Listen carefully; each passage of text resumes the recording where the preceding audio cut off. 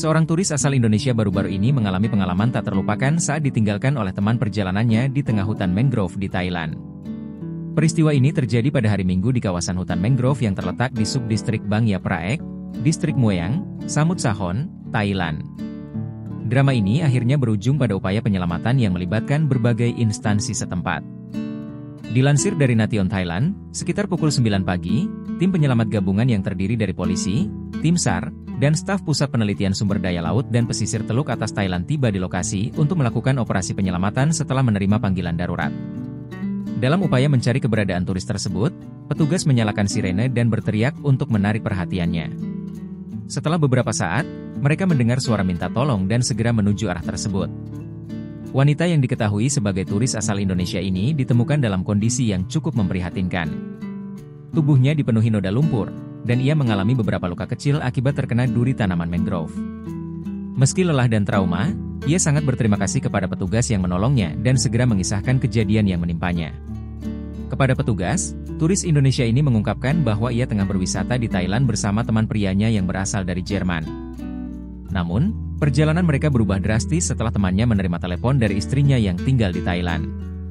Melalui panggilan tersebut, diketahui bahwa istrinya menjual rumah yang pernah dibelikan oleh pria tersebut.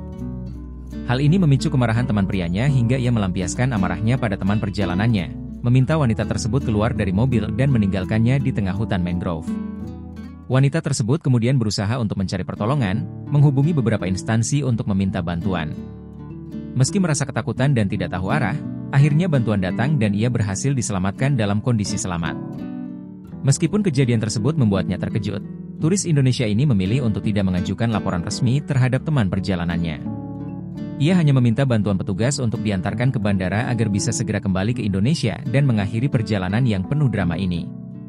Sebelum mengantar turis tersebut ke Bandara Suvarna Bhumi, polisi membawanya terlebih dahulu ke kantor polisi di subdistrik Tachalom untuk membuat laporan singkat mengenai insiden tersebut.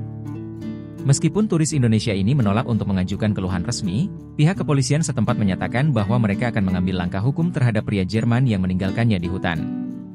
Berdasarkan hukum Thailand, tindakan meninggalkan seseorang dalam keadaan berbahaya bisa dianggap sebagai pelanggaran serius yang membahayakan nyawa orang lain.